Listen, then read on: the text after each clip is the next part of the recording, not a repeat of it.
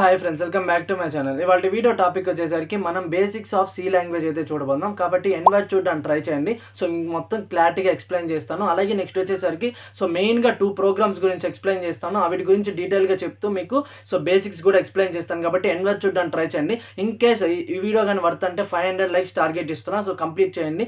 దీని తగ్గట్టు మనకి పార్ట్ 2 అయితే వస్తుంది. మీరు 500 లైక్స్ కంప్లీట్ చేస్తే గైస్ ప్రతి ఒక్కరికి షేర్ చేయండి. ఇన్ కేస్ ఇన్ఫర్మేషన్ మాత్రం వర్త్ అంటే మాత్రం. Guys, introduction of C programming లాంగ్వేజ్లో అసలు ప్రోగ్రామింగ్ అంటే ఏందో ఫస్ట్ అయితే క్లారిటీగా చెప్తాను చూడండి. అసలు ప్రోగ్రామింగ్ అంటే ఏంటంటే giving instructions to A computer to complete A specific task. ఒక టాస్క్ని కంప్లీట్ చేయడానికి మనం కంప్యూటర్కి అర్థమయ్యే విధంలో మనం కొన్ని ఇన్స్ట్రక్షన్స్ అనేది ఇస్తాం. లైక్ సి ప్రోగ్రామింగ్ లాంగ్వేజ్, అలాగే నెక్స్ట్ పైథాన్. ఇవన్నిటిని యూస్ చేసి కంప్యూటర్కి అర్థమయ్యే విధంలో మనం కొన్ని ఇన్స్ట్రక్షన్స్ ఇచ్చి మన టాస్క్ని కంప్లీట్ చేసుకుంటాం. ఇదన్నమాట మెయిన్ డెఫినేషన్ ఒక ప్రోగ్రామింగ్ వచ్చేసరికి. ఓకేనా, క్లారిటీగా అర్థమైంది అనుకున్నా.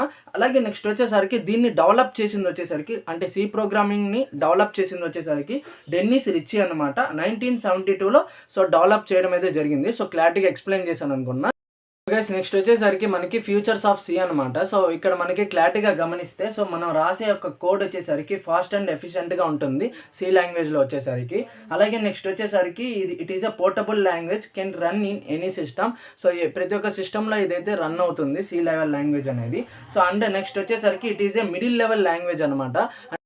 గైస్, నెక్స్ట్ వచ్చేసరికి మనకి టోకన్స్ ఇన్ సి లాంగ్వేజ్ అనమాట. క్లారిటీగా ఎక్స్ప్లెయిన్ చేస్తాను చూడండి. టోకన్స్ ఇన్ సి లాంగ్వేజ్లో ఫస్ట్ వచ్చేసరికి మనకి కీవర్డ్స్ అయితే ఉంటుంది. అంటే లైక్ ఎగ్జాంపుల్గా మీకు ఒకసారి చెప్తాను చూడండి. కీవర్డ్స్ అనేది ఇంట్ కానీ, return, if and if else అనమాట. వీటిని మనం మేజర్గా కీవర్డ్స్ అంటాము. ఇంకా చాలా కీవర్డ్స్ ఉన్నాయి. కాకపోతే కొన్ని ఎగ్జాంపుల్గా అయితే తీసుకున్నాను. అలాగే నెక్స్ట్ వచ్చేసరికి వీటిని మనం రిజర్వ్ వర్డ్స్ అని అయితే పిలుస్తాము. అంటే ఎవరు వీటిని చేంజ్ చేయలేరు. ఇవి కన్ఫర్మ్గా ఫిక్స్ అయిపోయినట్టే అనమాట. మనకి నెక్స్ట్ వచ్చేసరికి ఐడెంటిఫైయర్స్ అనమాట. ఐడెంటిఫైయర్స్ అంటే ఏంటంటే it is A user defined names like variables కానీ, ఫంక్షన్స్ కానీ. అంటే వీటిలో మీకు ఒక ఎగ్జాంపుల్గా చెప్తాను చూడండి. ఎగ్జాంపుల్లో మనకి ఇక్కడ ఇంటి ఏజ్ అని అయితే ఇచ్చాను. ఇక్కడ మీకు ఏదైతే ఏజ్ కనబడుతుందో అది వచ్చేసరికి మనకి ఐడెంటిఫైయర్ అనమాట. ఏజ్ అనేది ఐడెంటిఫైయర్ ఇంటి ఏజ్లో. క్లారిటీగా ఎక్స్ప్లెయిన్ చేశాను అనుకుంటున్నా. అలాగే మీకు ఒక ప్రోగ్రామ్ చెప్తాను. దాంట్లో మీకు క్లారిటీగా ఎక్స్ప్లెయిన్ చేస్తాను. అప్పుడు మీకు ఐడెంటిఫైయర్స్, కీవర్డ్స్ అన్నీ కూడా క్లారిటీగా ఎక్స్ప్లెయిన్ అవుతాయి. కాబట్టి వీడియో అయితే ఇన్వైట్ చూడడానికి ట్రై చేయండి.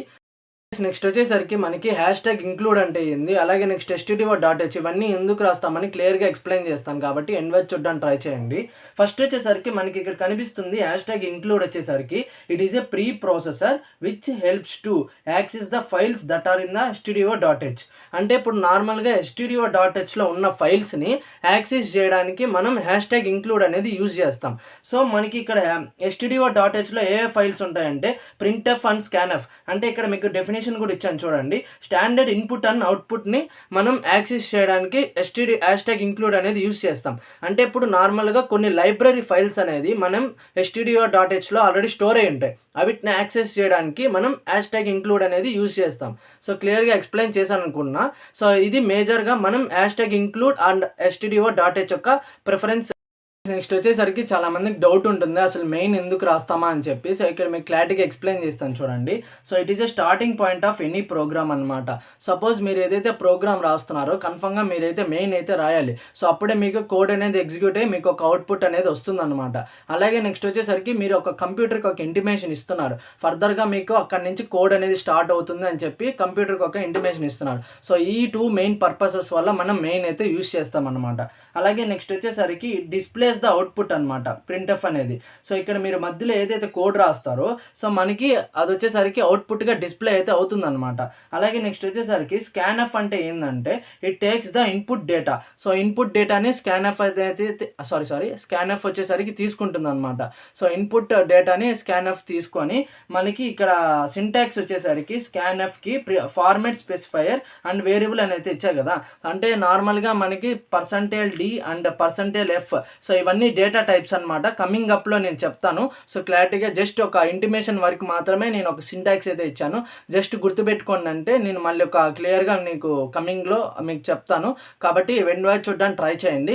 ఇదనమాట మనకి మెయిన్ అలాగే printf అలాగే scanf యొక్క ఇంపార్టెన్స్ అనమాట. ఒకసారికి ఇప్పుడు దాకా చెప్పిన బేసిక్స్లో మనం ఇప్పుడు చిన్నపాటి ప్రోగ్రామ్ అయితే చూద్దాము. ఎలా ఇంప్లిమెంట్ చేయాలి, printfని యూజ్ చేసుకొని ఎలా అవుట్పుట్ని జనరేట్ చేయాలని ఇప్పుడు క్లారిటీగా మీకు ఎక్స్ప్లెయిన్ చేస్తాను. కాబట్టి క్లియర్గా ఎండ్ వరకు చూడండి. ఫస్ట్ వచ్చేసరికి మనం హ్యాష్‌ట్యాగ్ ఇంక్లూడ్ అయితే రాయాలని అయితే చెప్పాను కదా. ఫస్ట్ అయితే హ్యాష్‌ట్యాగ్ ఇంక్లూడ్ stdio.h అని అయితే రాయండి. సో గైస్ వన్స్ అది రాసిన తర్వాత మీరు నెక్స్ట్ లైన్ అయితే వాయిడ్ మెయిన్ అయితే రాయాలి. సో వాయిడ్ మెయిన్ అయితే రాయండి. వన్స్ వాయిడ్ మెయిన్ రాసిన తర్వాత so guys once void main రాసిన తర్వాత నెక్స్ట్ ఇంకొక లైన్కి అయితే రాండి. ఇక్కడ మీరు కర్లీ బ్రేసెస్ అయితే ఇవ్వాలి, ఎందుకంటే ఇక్కడ మనం బ్లాక్ ఆఫ్ కోడ్ అనేది రాస్తాం కాబట్టి. సో ఇక్కడ మీరు కర్లీ బ్రేసెస్ ఇచ్చి ఇక్కడ మీరు మధ్యలో ప్రింట్ఎఫ్ అని అయితే రాయండి. సో ప్రింట్ఎఫ్ ఈ బ్రాకెట్స్లో ఏదైతే మనం ఇన్పుట్ ఇస్తామో అదే మనకి అవుట్పుట్గా జనరేట్ అవుతుంది. వన్స్ ఇక్కడ మీరు స్ట్రింగ్స్ ఇచ్చిన తర్వాత ఇక్కడ నేను మన యూట్యూబ్ ఛానల్ నేమ్ అయితే ఇస్తున్నాను. సో కాలేజ్ రివ్యూవర్ అనమాట. So college reviewer at 4K దగ్గరగా ఉన్నాం కాబట్టి అట్ 4K అయితే ఇచ్చాను. సో ఇక్కడ మనం at college reviewer at 4K ఇచ్చాను కదా. సో ఇప్పుడు మనం అవుట్పుట్ అనేది ఏమొస్తుందో చూద్దాము. వన్స్ ఇక్కడ కంప్లీట్ అయిపోయిన తర్వాత ఈ సెమీకాలన్ అనేది పర్ఫెక్ట్గా ఇవ్వాలి. సో ఎందుకంటే మనం న్యూ లైన్కి అనేది ఎంటర్ అవుతాము. సో సెమీకాలన్ గురించి కూడా నేను ఎక్స్ప్లెయిన్ చేస్తాను. So don't worry guys. First అయితే అది ఇచ్చిన తర్వాత మనం రన్ అయితే చేద్దాము. సో ఇక్కడ మనకి అవుట్పుట్గా మనకి క్లారిటీగా ఇక్కడ గమనిస్తే కాలేజ్ రివ్యూవర్ అట్ 4K అని అయితే వచ్చింది. సపోజ్ ఇక్కడ మీరు ఇది తీసేసి కూడా వేరేది కూడా ఏమైనా ఎంటర్ చేయొచ్చు. సో లైక్ అప్పుడు నార్మల్గా వేణు అయితే ఎంటర్ చేశాను. సో ఇక్కడ మీరు క్లారిటీగా గమనిస్తే సో ఇక్కడ చూసుకోవచ్చు మనకి అవుట్పుట్ వేణు అనేది వచ్చింది. సో ఇలా మీ నేమ్స్ అలాగే నెక్స్ట్ వచ్చేసరికి హలో వరల్డ్ ప్రోగ్రామ్ అని చెప్పి చాలామంది అడుగుతారు కదా. సో దాన్ని కూడా మనం ప్రింట్ చేయొచ్చు. ఒకసారి చూపిస్తాను చూడండి. సో హలో వరల్డ్ ప్రోగ్రామ్ కూడా మనం ప్రింట్ చేసి చూపిస్తాను చూడండి. సో హలో వరల్డ్ కూడా మనం ప్రింట్ అయితే చేయొచ్చు. సో ఇలా మనం ప్రింట్ఎఫ్ని యూస్ చేసుకొని ఒక అవుట్పుట్ని జనరేట్ చేయొచ్చు ఈజీగా. సో క్లారిటీగా ఎక్స్ప్లెయిన్ చేశాను అనుకున్నా. ఇన్ఫర్మేషన్ వర్త్ అంటే లైక్ చేయండి గైస్. అలాగే ఛానల్ సబ్స్క్రైబ్ చేసుకోవడం మర్చిపోకండి. పార్ట్ 2 కోసం అయితే కన్ఫర్మ్గా లైక్ చేయండి. అలాగే నెక్స్ట్ వచ్చేసరికి మనం ఒక డేటా టైప్స్ని కూడా ఎక్స్ప్లెయిన్ చేస్తాను. సో ఇన్వైట్ చూడడానికి ట్రై చేయండి. ఓకే గైస్, నెక్స్ట్ వచ్చేసరికి data types in C language అనమాట. సో ఇక్కడ మనకి different types of data types ఉంటూ ఉంటాయి. సో మీకు ఇక్కడ స్టెప్ బై స్టెప్ ఎక్స్ప్లెయిన్ చేస్తాను చూడండి. ఫస్ట్ అయితే మనకి డేటా టైప్స్ అంటే ఏంటంటే ఫర్దర్గా మీకు ఇచ్చిన క్వశ్చన్లో ఒక సమ్ అమౌంట్ ఆఫ్ డేటా అయితే ఇస్తారు. సో ఆ డేటాని మనం కొన్ని దాంట్లో స్టోర్ చేయాలి, అంటే లైక్ వేరియబుల్స్లో అట్లాంటి వాటిలో స్టోర్ చేస్తాం. అలాగే నెక్స్ట్ వచ్చేసరికి మనకి ఇచ్చిన డేటాలో కొన్ని పర్సంటేజ్లో ఉంటాయి, అలాగే నెక్స్ట్ వచ్చేసరికి కొన్ని ఇంటీజర్స్లో ఉంటాయి. అలాంటి వాటి కోసం మనం ఇలాంటి డేటా టైప్స్ అనేది వాడతాం. అలాగే నెక్స్ట్ వచ్చేసరికి ఇక్కడ క్లారిటీగా చూస్తే ఇక్కడ మనకి ఇంటీజర్స్ అని ఇచ్చారు కదా. అంటే ఇంటీజర్స్ అంటే లైక్ ఏమేమి వస్తాయి, 10 కానీ -5 కానీ సో అట్లాంటివన్నీ వస్తాయి కదా. సో వీటిని మనం ఇంటీజర్స్ అంటాం. అంటే లైక్ ఇప్పుడు x = 5 అనుకోండి. సో x అంటే ఏంది, మనకి వేరియబుల్ అనమాట. అలాగే 5 అంటే మనకి ఒక ఇంటీజర్. సో ఆ ఇంటీజర్ మనకు ఇంటీజర్ వాల్యూ వచ్చి వేరియబుల్ దాంట్లో స్టోర్ అవుతుంది. ఓకేనా. సో ఇది వచ్చేసరికి మనకి లైక్ ఇంటీజర్ డేటా టైప్ అనమాట. అలాగే నెక్స్ట్ వచ్చేసరికి ఫ్లోట్కి వచ్చేసి ఏంటంటే మనకి %f అనమాట. Sorry guys, %f. ఓకేనా. సో మనకి నార్మల్గా ఫ్లోట్కి వచ్చేసరికి %f. అలాగే నెక్స్ట్ %d వచ్చేసి మనం ఇంటీజర్ డేటా టైప్కి వాడతాం. అంటే లైక్ ఈ %d %f అంటే ఏంటంటే అవన్నీ ఫార్మాట్ స్పెసిఫైర్ అనమాట. సపోజ్ మనం నార్మల్గా స్కాన్ఎఫ్లో మనం ఇంతకుముందు చూసినట్టయితే, సో ఇంతకుముందే మీకు చెప్పాను ఒక స్కాన్ఎఫ్లో మనం లైక్ ఒక సింటాక్స్ అయితే చెప్పాను, ఫార్మాట్ స్పెసిఫైర్ అని చెప్పి. సో అప్పుడు మనం ఇలాంటి డేటా టైప్స్ అయితే వాడతాము. సో లైక్ %d అలాగే %f మీరు తీసుకున్న డేటా బట్టి మనం అయితే %f అండ్ %d అయితే ఇస్తాము. లైక్ పాయింట్స్లో తీసుకుంటే %f అండ్ లైక్ ఇంటీజర్స్లో తీసుకుంటే %d అనమాట. అలాగే నెక్స్ట్ వచ్చేసరికి క్యారెక్టర్ అంటే లైక్ %c అయితే వస్తుంది. క్యారెక్టర్ అంటే any single symbol return inside the single codes అనమాట. అంటే లైక్ ఆల్ఫాబెట్స్ అలాగే డిజిట్స్, సో ఇవన్నీ వస్తాయి. డబుల్ అనమాట. సో డబుల్ ఎందుకు వాడతామంటే లైక్ %LF అనమాట. ఓకేనా. సో డబుల్ ఎందుకు వాడతామంటే లైక్ ఇప్పుడు నంబర్ ఆఫ్ డిజిట్స్ ఉంటుంది కదా. సో డెసిమల్ తర్వాత నెంబర్ ఆఫ్ డిజిట్స్ అయితే ఉంటాయి కదా. సో అప్పుడు ఎక్కువ డిజిట్స్ ఉంటే మనం %LF అనేది వాడతాం, అంటే డబుల్కి అనమాట. అలాగే నెక్స్ట్ వచ్చేసరికి వాయిడ్ మెయిన్. సో ఇక్కడ మనకి వాయిడ్ మెయిన్ అంటే ఏంటంటే సపోజ్ మీరు ఇక్కడ వాయిడ్ మెయిన్ రాస్తే, అంటే ప్రోగ్రామ్లో వాయిడ్ మెయిన్ అని రాస్తే మీరు ఎలాంటి రిటర్న్ టైప్ని అంటే రిటర్న్ చేయట్లేదు, ఎలాంటి వాల్యూని మీరు రిటర్న్ చేయట్లేదు కాబట్టి సో వాయిడ్ మెయిన్ అని అయితే రాస్తాను. సపోజ్ మీరు ఇక్కడ ఇంట్ మెయిన్ అని రాశారనుకోండి. సో ఇంట్ మెయిన్ అని రాస్తే మీరు కన్ఫామ్గా ఒక రిటర్న్ టైప్ అనేది ఇవ్వాలి, అప్పుడే మీకు ప్రోగ్రామ్ అనేది కరెక్ట్గా వస్తుంది.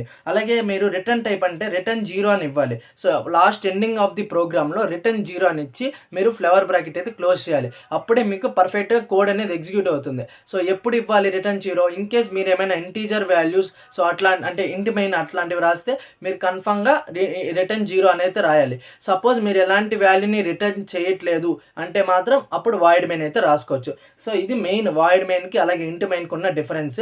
సో క్లారిటీగా ఎక్స్ప్లెయిన్ చేశాను అనుకున్నా. ఇవి గైస్ టోటల్గా డేటా టైప్స్ వచ్చేసరికి సో క్లారిటీగా ఎక్స్ప్లెయిన్ చేశాను అనుకున్నా. సో ఇంకా నెక్స్ట్ వచ్చేసరికి వేరియబుల్ అండ్ స్ట్రింగ్స్ గురించి అయితే చూద్దాం. నెక్స్ట్ వచ్చేసరికి మనం వేరియబుల్ అండ్ స్ట్రింగ్స్ ఒక డెఫినేషన్స్ అయితే చూద్దాం. చూడండి, ఫస్ట్ వచ్చేసరికి variable is a container that stores the data అనమాట. సపోజ్ నేను ఇక్కడ ఎక్స్ ఈక్వల్ టు 10 ఇచ్చాను. సో 10 ఒక డేటా వచ్చేసరికి ఎక్స్ దాంట్లో స్టోర్ అయిందనమాట.